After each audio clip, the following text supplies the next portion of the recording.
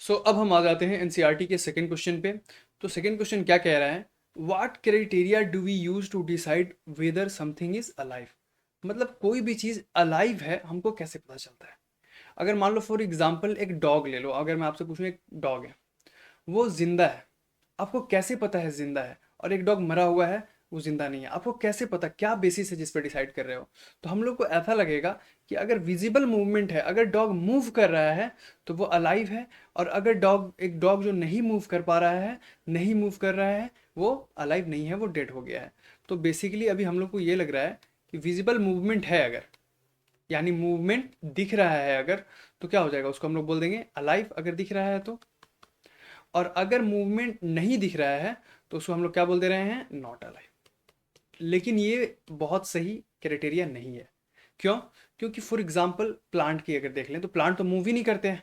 तो फिर प्लांट को कैसे बोलेंगे कि कौन जिंदा प्लांट है और कौन अलाइव नहीं है, कौन अलाइव प्लांट है और कौन नॉट अलाइव प्लांट है।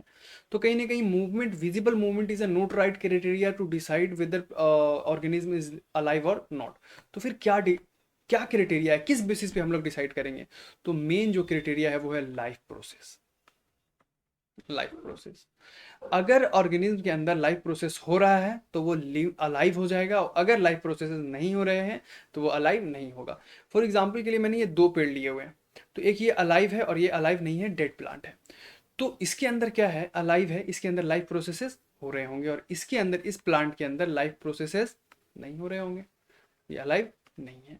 फॉर एग्जाम्पल चलो एक एग्जाम्पल से समझते हैं कि ये जो प्लांट है ये क्या कर रहा होगा, फोटोसिंथेसिस कर रहा होगा, इसके ग्रीन ग्रीन लीव्स भी हैं, इसके पास अलाइव भी है। तो क्या होगा, लाइट आ रहा होगा, सनलाइट आ रहा होगा इन्वायरमेंट से, कार्बन डाइऑक्साइड आ रहा होगा, उसको यूज करके क्या कर दे रहा होगा, ये फोटोसिंथेसिस कर रहा है, यानी ये कह लो कि ये न्यूट्रिशन कर रहा है। लेकिन अगर हम बात करें इस प्लांट की, तो क्या ये न्यूट्रिशन कर रहा होगा, ये तो न्यूट्रिशन कर रहा है, क्या ये न्यूट्रिशन कर रहा होगा, ये कैसे करेगा, इसके पास तो लीव्स ही नहीं है, ये अलाइव ही नहीं है, ये तो न्यूट्रिशन नहीं कर रहा होगा। अब इसका देखें कि अगर ये न्यूट्रिशन कर रहा है, यानी फोटोसिंथेसिस करके ग्लूकोज बना रहा है, यहाँ पे मान लो ये ग्लूकोज बना दिया, तो ग्लूकोज क्या करता है, ग्लूकोज बना के प्लांट पूरे बॉडी में भेजता है, हर एक जगह ट्रांसपोर्ट करता है। तो मान लो कि क्योंकि ग्लूकोज का जरूरत हर जगह है ना, यहाँ पे भी ग्लूकोज का जरूरत है, यहाँ पे भी जरूरत है, यहाँ पे भी जरूरत है, तो ये क्या करेगा प्लांट कि इस ग्लूकोज को ट्रांसपोर्ट कर देगा। या ये कह लो कि फोटोसिंथेसिस के लिए वाटर का जरूरत है, तो सोयल से वाटर का ट्रांसपोर्ट होगा इसके अंदर, तो इसके अंदर ट्रांसपोर्टेशन हो रहा है। लेकिन ये प्लांट है, क्या इसके अंदर कार्बन डाइऑक्साइड का ट्रांसपोर्टेशन हो रहा है, या ग्लूकोज का ट्रांसपोर्टेशन हो रहा है, या वाटर का ट्रांसपोर्ट हो रहा है, नहीं भाई, अलाइव ही नहीं है, तो इसके अंदर ट्रांसपोर्टेशन नहीं हो रहा है, नहीं हो रहा है। अब देखो इसके अंदर जो एनर्जी बना है, उसके अंदर जो ग्लूकोज बना है, उसको ब्रेक डाउन करके ये एनर्जी बनाएगा, तो उसी को हम लोग क्या बोल देते हैं, रिस्पायरेशन।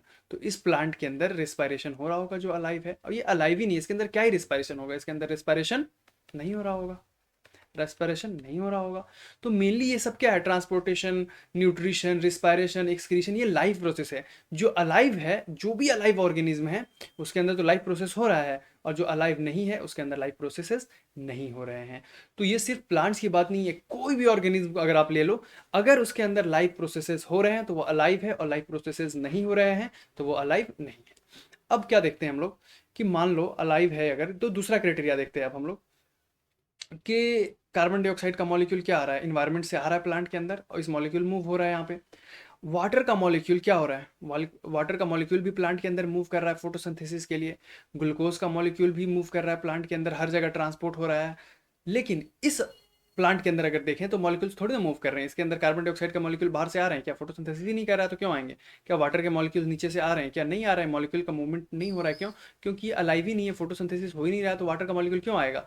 क्या ग्लूकोज का मॉलिक्यूल यहाँ से यहाँ मूव कर रहा है, क्या नहीं, ग्लूकोज बन ही नहीं रहा है तो मूव कैसे करेगा। ओवरऑल बात ये है कि जो अलाइव प्लांट है उसके अंदर तो मॉलिक्यूल्स का मूवमेंट हो रहा है, लेकिन जो अलाइव नहीं है उसके अंदर मॉलिक्यूल का मूवमेंट नहीं हो रहा है। तो कहीं ना कहीं ये भी एक बहुत इंपॉर्टेंट क्राइटेरिया है कि अगर किसी भी ऑर्गेनिज्म के अंदर मॉलिक्यूल्स मूव कर रहे हैं तो वो क्या हो जाएगा, अलाइव हो जाएगा, और अगर मॉलिक्यूल मूव नहीं कर रहे हैं तो वो अलाइव नहीं होगा। तो मेनली हम लोगों ने दो क्राइटेरिया देखा कि सबसे पहला कि अगर लाइफ प्रोसेसेस कर रहे हैं तो उसको हम लोग अलाइव बोल देंगे, अगर लाइफ प्रोसेसेस कर रहे हैं तो उसको अलाइव बोल देंगे, और अगर लाइफ प्रोसेसेस नहीं कर रहे हैं तो उसको अलाइव नहीं बोलेंगे।